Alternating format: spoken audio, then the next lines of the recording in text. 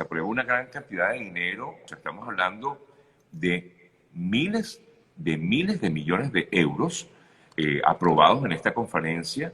Yo quisiera que si tú tienes esa información, pues explicarnos un poco a dónde va a llegar ese dinero y cómo se va a administrar como tal ese dinero, Dani.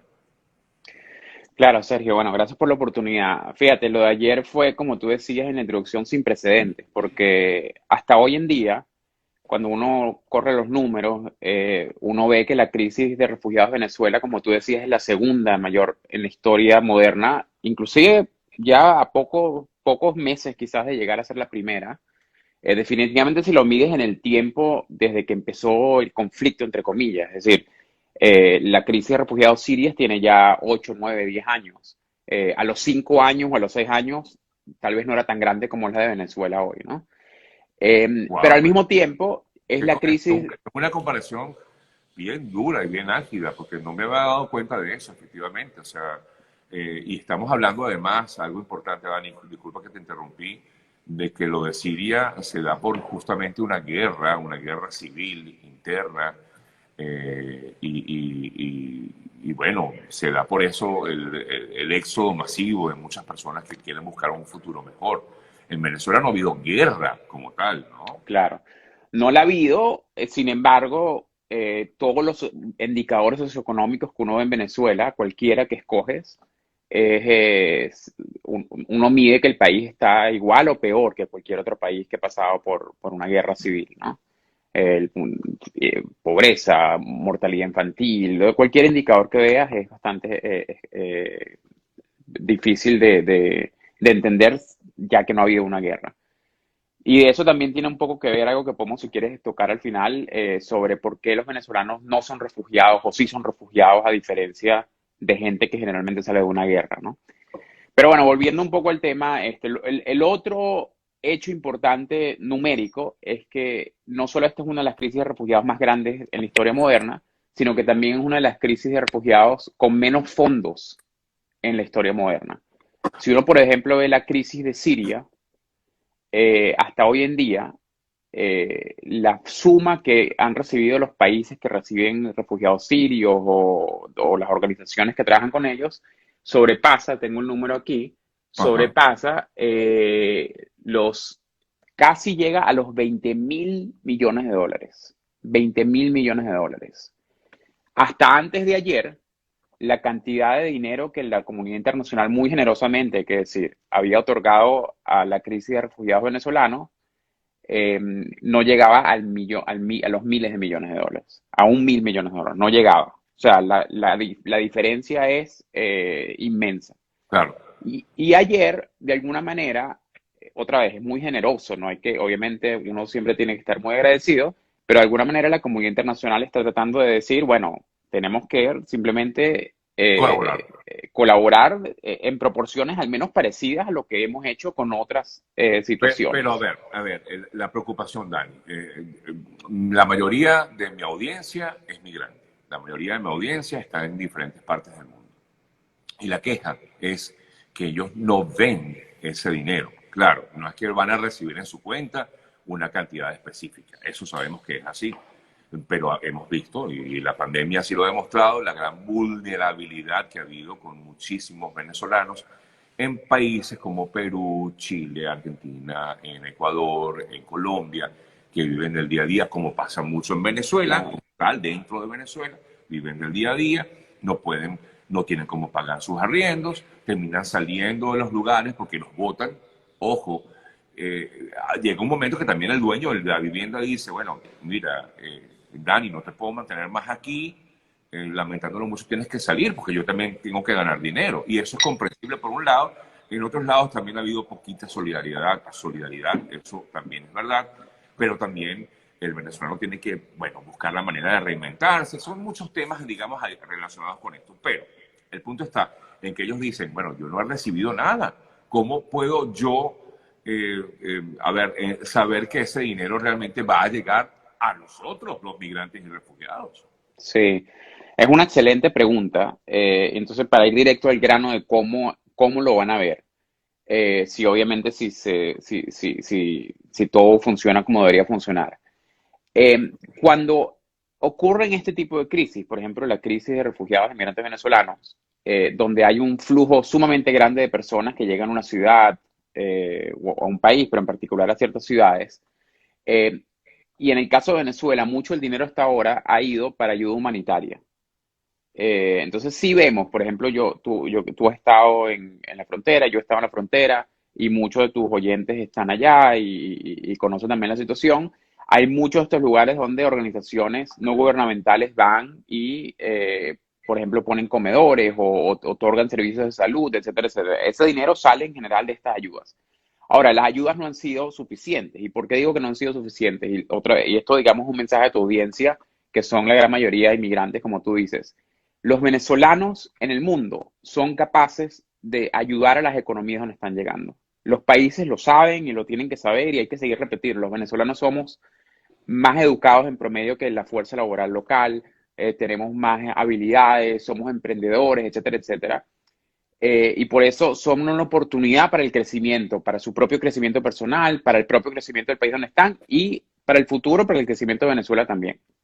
Ahora, el dinero que está saliendo hoy en día es importante para eso. ¿Por qué?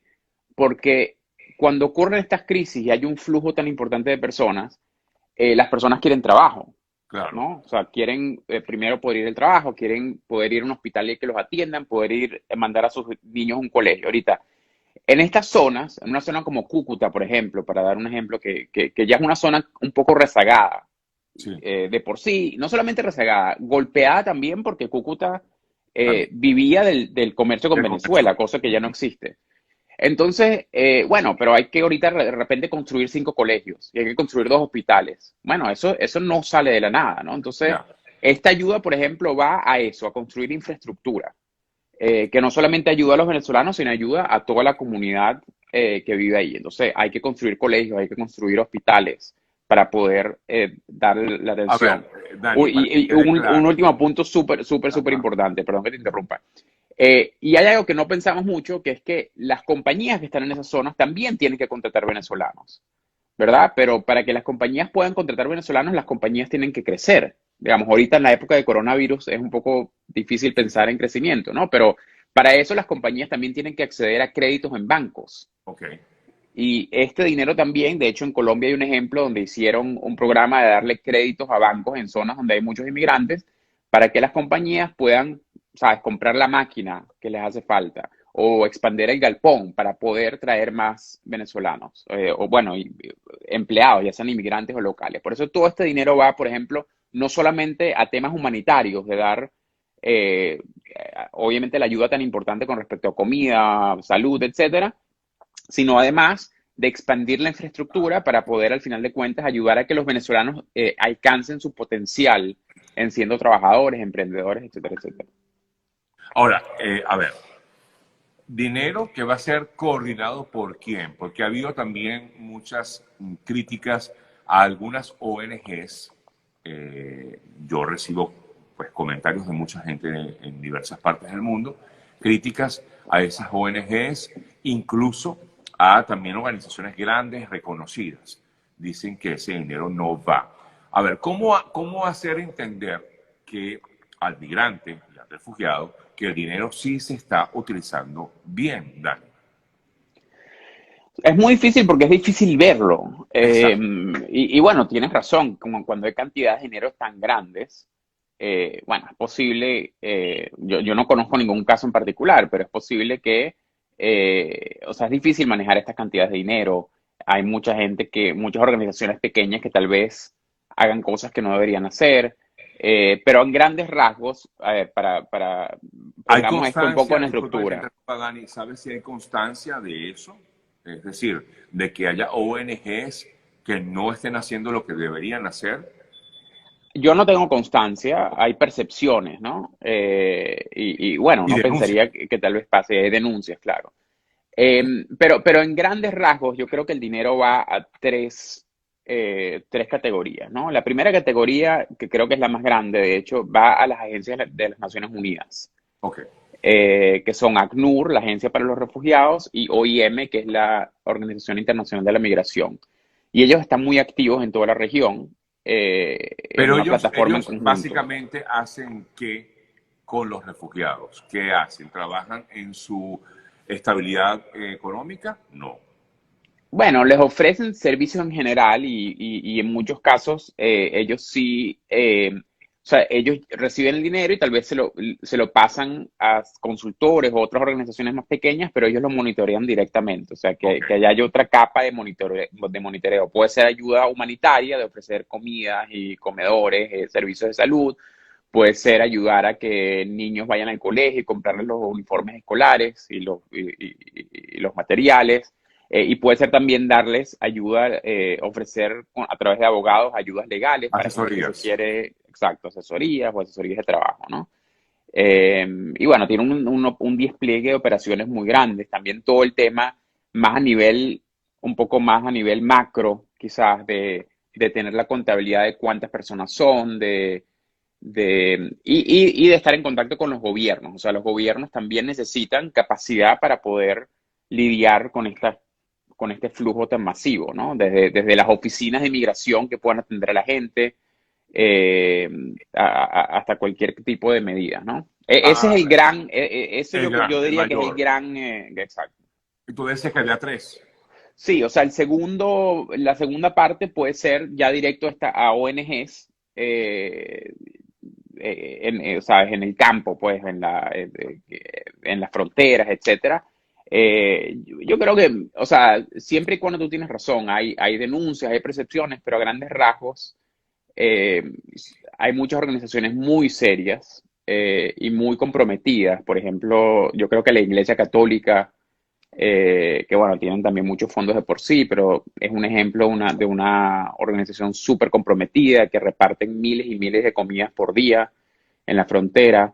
eh, y así hay muchas organizaciones que, bueno, pequeñas y grandes, o sea, hay de todo, ¿no? Pero yo pienso que se establecen las formas de monitoreo. Lo que pasa, Sergio, es que al final es muy difícil. Claro. Si no vemos el dinero en nuestra cuenta, Pero es muy si difícil es entender. auditable ese dinero, es Es auditable. auditable, es auditable. Es auditable en el Pues, mejor, sí, sí, sí. O y si sea, está auditando, ¿quién lo audita?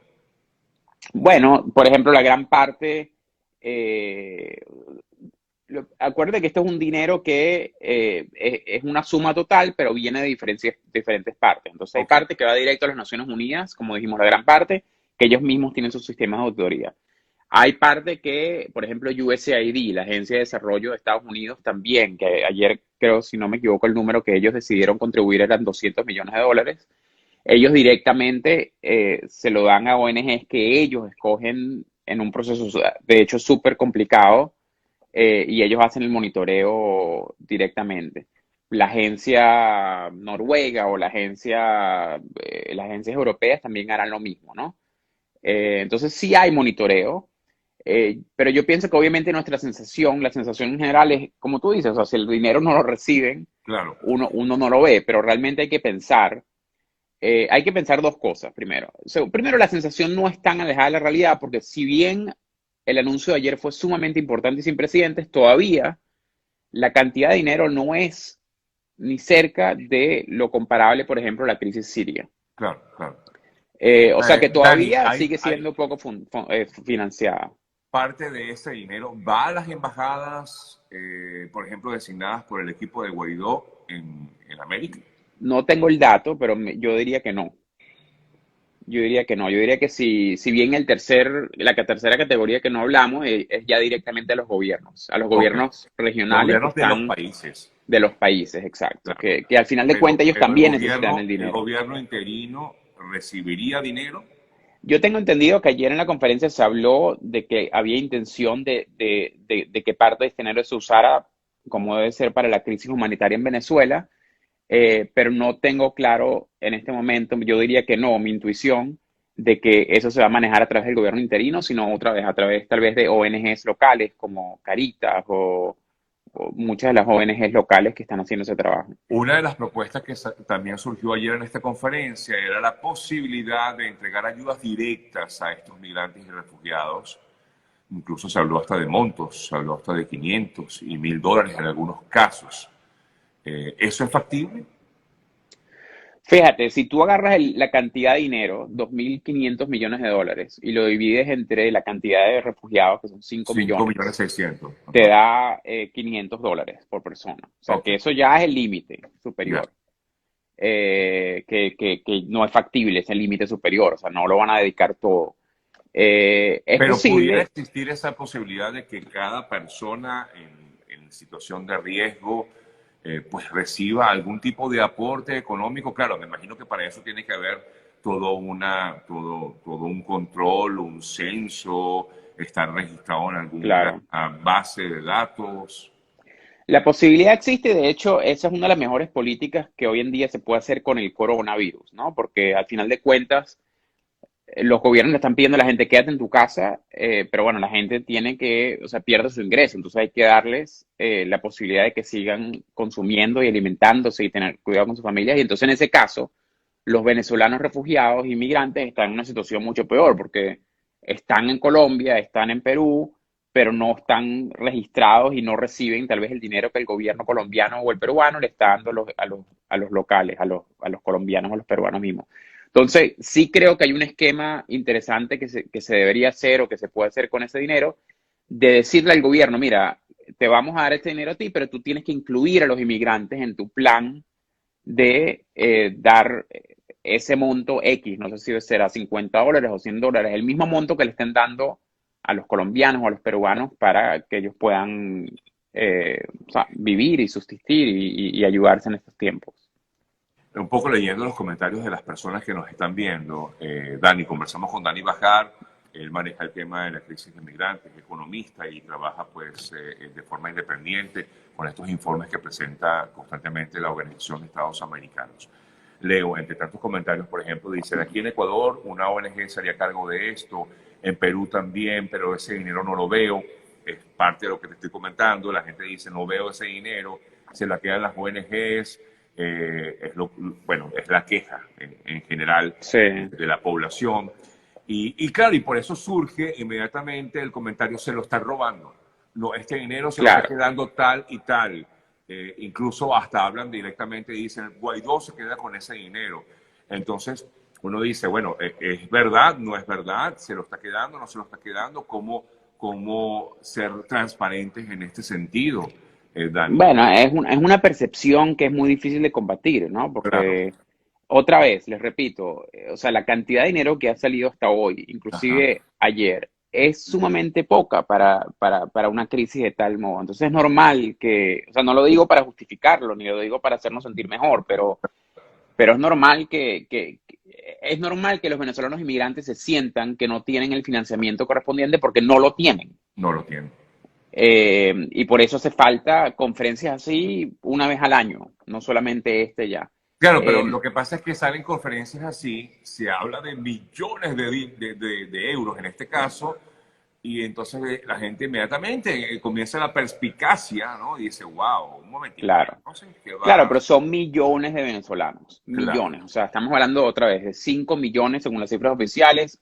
Hacemos la matemática simple, 2.500 millones de euros dividido por 5 millones son 500 euros. Es bastante, no estoy sí. diciendo que es una suma poca, pero esos 500, o sea, es imposible pensar que esos 500 van a ir No, a una persona. y también creo que es importante porque no todos lo requieren, porque hay mucha gente que está Claro, en el campo laboral, tiene su entrada mensual, hay gente que está bien encaminada y no todos requieren de ese dinero. Entonces, claro, ¿entran todos allí? No necesariamente. claro. Entonces la percepción, o sea, yo la entiendo, digamos, yo desde mi esquina, yo lo que hago es un poco seguir los números y entenderlos, etcétera, pero es una percepción normal.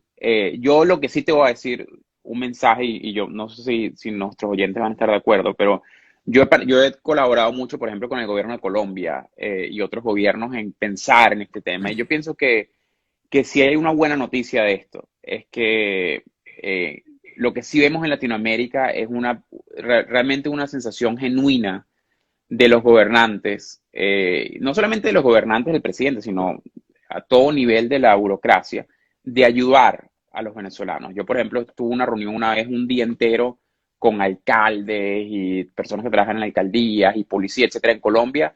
No había ni un venezolano, yo era el único en el cuarto y pasamos todo el día pensando en cómo ayudar, ellos decían, a nuestros hermanos venezolanos. Y fue muy conmovedor en realidad, porque si uno va a otros lugares como Europa y piensa en los refugiados sirios, la sensación es mucho peor, ¿no? O sea, no hay una Claro. sensación de son nuestros Ahora, hermanos, hay que ayudarlos. Hay Dani, dificultades, pero creo que hay buena disposición. hablando de gobernantes, no lo dijo ayer, pero sí lo dijo hace unos 2 días, el presidente Moreno aseguraba que había invertido más, el de Ecuador, que había invertido más de 500 millones de dólares en ayuda a los venezolanos y que, bueno, de hecho era como una inversión importante y hubo algunas críticas al respecto de lo que decía el presidente Moreno.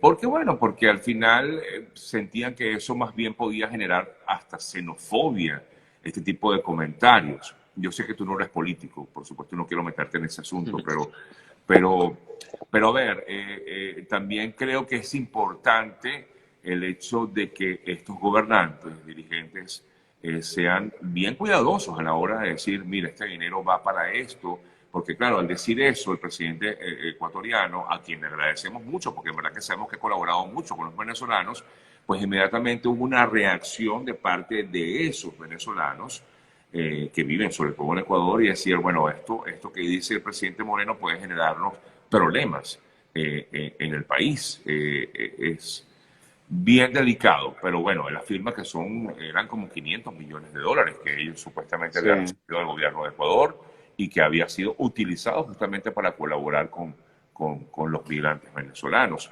Y algunos venezolanos no ven ese dinero. Y es claro, el problema que surge en todo esto. Es como una especie de situación que queda en un ciclo, ¿no? Dani. claro. Bueno, es que me es difícil, o sea, yo también leo un poco los comentarios y se nota un poco la frustración, ¿no? De que, bueno, el dinero no lo vemos y que no hay respuestas y otra vez, como que repito lo mismo, aunque tal vez no es suficiente. Primero, los países donde estamos llegando los venezolanos son países pobres, o sea, es la realidad. Sí, No son los países ricos en Europa, Perú, Ecuador, Colombia, o sea, no son países con muchas dificultades de por sí. Son países que no tienen la capacidad, menos ahora con el virus, de poner una cantidad de dinero inmensa para, o sea, ojalá esa fuese la solución, ¿no? De darle a cada persona una cantidad de dinero y que todos puedan contribuir de la mejor manera. Es un proceso difícil, inmigrar es un proceso sumamente difícil. Mis abuelos llegaron a Venezuela como refugiados en los años 40. Bueno, y no fue fácil, ¿no? O sea, emigrar es muy difícil y yo por eso les tengo doble respeto a las personas que están aquí desde sus lugares mostrando esa frustración. Segundo, son países pobres. Segundo, no han recibido la ayuda necesaria como otras crisis. Otra vez, la crisis venezolana, por más que sea grande este número de ayer y sean buenas noticias y hay que estar agradecidos, todavía no es suficiente comparado a la crisis que tenemos. sí, Y tercero, esto toma tiempo, ¿no? Toma sí. tiempo hasta que veamos estas escuelas crecer, hasta que veamos estos hospitales crecer, hasta que veamos los caminos, hasta que las empresas empiecen a contratar.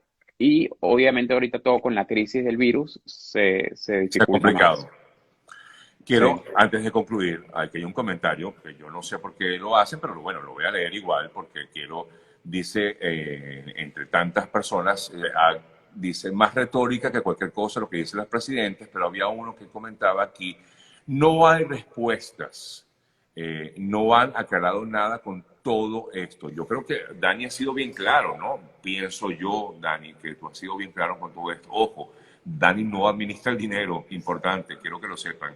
Dani está aquí como experto en el área, en el tema de los migrantes y refugiados. Él no toca ese dinero, él nos está ayudando un poco a comprender a dónde va ese dinero y él lo ha explicado. Tienen tres puntos distintos. Es importante que lo sepan quienes nos están viendo, Dani, porque van a pensar, bueno, pero ahora vas a ser sí, tú no, yo como que el que no, está administrando. No yo es. no manejo ni decido. Ni decides tampoco. Pero trabaja mucho en lo que son la elaboración de informes en la Organización de Estados Americanos acerca de la situación de los migrantes y refugiados venezolanos en el mundo. Y por eso, insisto, lo invitamos para que nos ayudara a entender dónde va ese dinero, a dónde va ese dinero, qué se va a hacer con ese dinero, porque al final es lo que más preocupa. Insisto, Dani, agradecidos con el mundo, pero ok, vamos a ver los resultados. Y de hecho, esto también es un golpe directo al propio régimen de Maduro. Creo que también es un tema político también allí que ha estado presente desde hace mucho tiempo, Dani. Sí, definitivamente. Sí, o sea, bueno, como tú dices, veremos. Es un tema sumamente complicado. Yo sé que es muy difícil. La gente tiene la necesidad, sobre todo ahorita con la crisis, de Muy entender. sensible, está muy sensible y lo entendemos perfectamente. Pero, Sí, sí, sí, sí. Dani, Pero lo que hay que decir a toda esta audiencia, aunque suene un cliché, aunque suene, es que inmigrar es muy difícil. Lo que están haciendo es realmente un sacrificio tremendo que va a dar frutos, porque son gente muy capaz, son gente con capacidad de emprender, son gente con capacidad de trabajar duro, y los países lo saben, los países receptores, y van a ser realmente un activo, no solamente para esos países, sino para la reconstrucción de Venezuela. De eso no me cabe la menor duda.